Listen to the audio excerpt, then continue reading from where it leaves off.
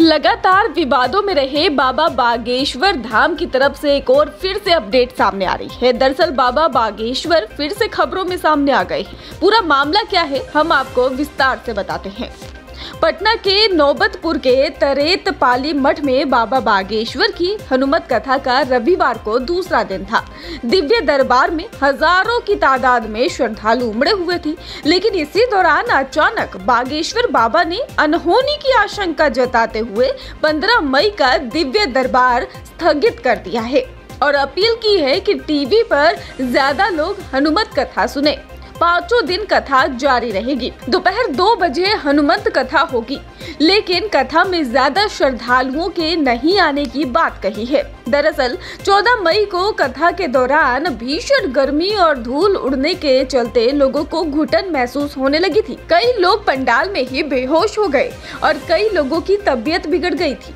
बता दें कि जिसके बाद एम्बुलेंस से अस्पताल लोगों को भर्ती कराया गया, जिसके बाद बागेश्वर सरकार धीरेन्द्र शास्त्री ने बीच में ही कथा रोक दी और अनहोनी की आशंका जाहिर करते हुए कहा, उन्होंने साफ तौर पर लोगों से भारी तादाद में नहीं आने की अपील कर दी। दरअसल कल गर्मी और घुटन के चलते सांस लेने के लिए कथा स्थल पर बैठे कई लोग एक दूसरे को ठेलते और गेट से बाहर निकलने की जरूरत को देखते हुए बाहर आ रहे थे। बेहोश होने वालों में से ज्यादातर महिलाएं और छोटे बच्चे रहे। कथा पंडाल पर व्यवस्था में लगे तरेत के युवक राम कुमार ने जानकारी दी कि कथा समाप्ति की घोषणा होते ही लोगों की भीड़ जो थी वो बाहर निकलने की होड़ में लग गई।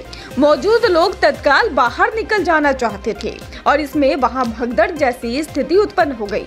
अफरा तफरी के इस माहौल में ही कई जगहों पर मौजूद बैरिकेडिंग और अन्य चीजों से टकराकर कई लोगों के हाथ टूट गए और कई लोगों को पैर और शरीर के अन्य हिस्सों में चोटें आई हैं। वहीं आपको बता दें कि रविवार को बड़ी संख्या में लोग गाड़ियों से पहुंचे थे और इसके कारण मठ तक पहुंचने वाले सभी रास्तों पर जाम लग गया।